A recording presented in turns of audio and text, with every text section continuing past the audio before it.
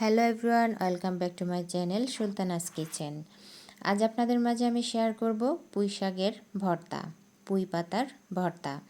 ভর্তা করার জন্য আমি এখানে একদম তাজা দেখে পুঁই পাতা নিয়ে নিয়েছি। এরপর আমি চলে আসছি ফ্রাই প্যানে তেল দিয়ে, তেল গরম হওয়ার পর আমি এখানে দিয়ে দিয়েছি 4টা লাল মরিচ, 4টা কাঁচামরিচ, 2 থেকে 3টা পেঁয়াজ এবং আস্ত কয়েক টুকরা রসুন। রসুনের কোষগুলো আমি খোসা ছাড়িয়ে নিয়েছি এবং দিয়ে দিলাম হাফ চামচের মতো লবণ। সবগুলো উপকরণ আমি একসাথে দিয়ে এরপরে ভেজে নিচ্ছি। পেঁয়াজগুলো আমি একটু মোটা মোটা করে কেটেছি, একদম ভালো করে ভেজে নেব না, উপরের পাটটা হওয়া পর্যন্ত আমি ভেজে নেব। আর সেই সঙ্গে আমার সবগুলো একসাথে হয়ে যাবে, মরিচ, পেঁয়াজ, রসুন। আমি এক সাইড করে নিয়েছি, নিয়ে আমি ভেজে নিচ্ছি ভালো করে, যেন মরিচগুলো মচমচে হয়। আপনারা যে যেখান থেকে আমার ভিডিওটি দেখছেন অবশ্যই একটা লাইক দিয়ে ভিডিওটি কন্টিনিউ করার অনুরোধ রইল। দেশ এবং দেশের বাইরে যে যেখান থেকে ভিডিওটি দেখছেন সবাইকে আন্তরিক শুভেচ্ছা এবং ভালোবাসা। আমি সবগুলো উপকরণ উঠিয়ে নিলাম। একই ফ্রাই প্যানে আমি দিয়ে দিচ্ছি পুঁই পাতাগুলো। এবার আমি একটু ভেজে নেব, ঢাকনা দেব না, কারণ এমনিতেই অনেক পানি বের হয়ে যাবে, ঢাকনা দিলে আরও পানি বের হয়ে যাবে। পুঁই পাতাগুলো যেহেতু একদমই সতেজ এবং কচি, সেজন্য বেশি টাইম লাগবে না, আবার ঢাকনাও দেওয়া লাগবে না, খুব সহজেই কিন্তু নরম হয়ে যাবে। আমি উল্টে পাল্টে ভেজে নেব কিছুক্ষণ ধরে। আপনারা যদি আমার চ্যানেলে নতুন হয়ে থাকেন অবশ্যই আমার চ্যানেলটি সাবস্ক্রাইব করে আমার পাশে থাকতে পারেন। আর আমার ভিডিওটি যদি আপনাদের কাছে ভালো লেগে থাকে অবশ্যই ফ্রেন্ড এবং ফ্যামিলির সাথে শেয়ার করে দেবেন। দেখুন অনেকটাই পানি বের হয়ে এসেছে।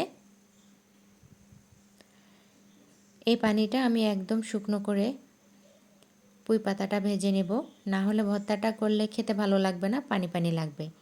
দেখুন পানিটা একদমই শুকিয়ে গিয়েছে। আরও একটু ভেজে নিচ্ছি যাতে একদমই কোনো পানি না থাকে অবশিষ্ট। ভেজে নেওয়ার পরে আমি চলে যাচ্ছি শিলপাটায়। যে কোনো ভর্তা শিলপাটায় বেটে যখন আপনি বানাবেন তখন এর স্বাদ কিন্তু দ্বিগুণ মনে হয়।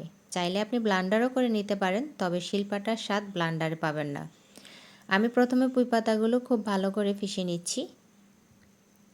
এরপরে পুঁই পাতাটা পিষা হয়ে গেলে আমি পিষে নিচ্ছি লাল মরিচ এবং কাঁচামরিচ, দুইটাই আমি দিয়েছি, তাহলে স্বাদটা অনেক ভালো আসে। আপনি চাইলে যে কোনো একটা দিয়েও করতে পারেন।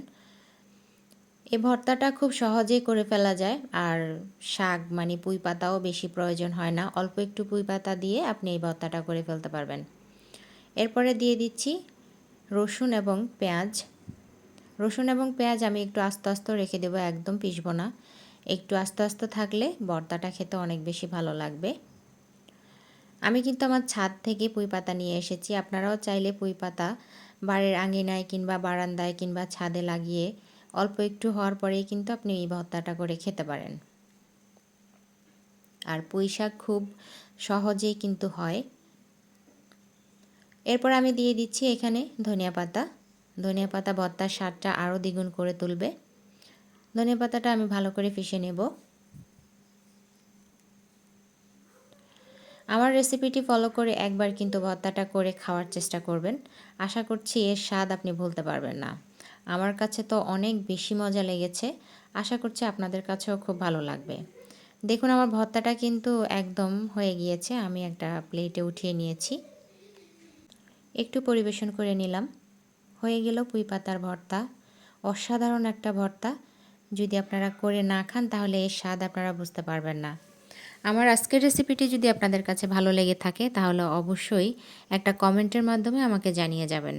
আপনাদের একটা কমেন্ট আমার জন্য অনেক বেশি মূল্যবান। আজ এখানেই বিদায় নিচ্ছি। আসসালামু আলাইকুম।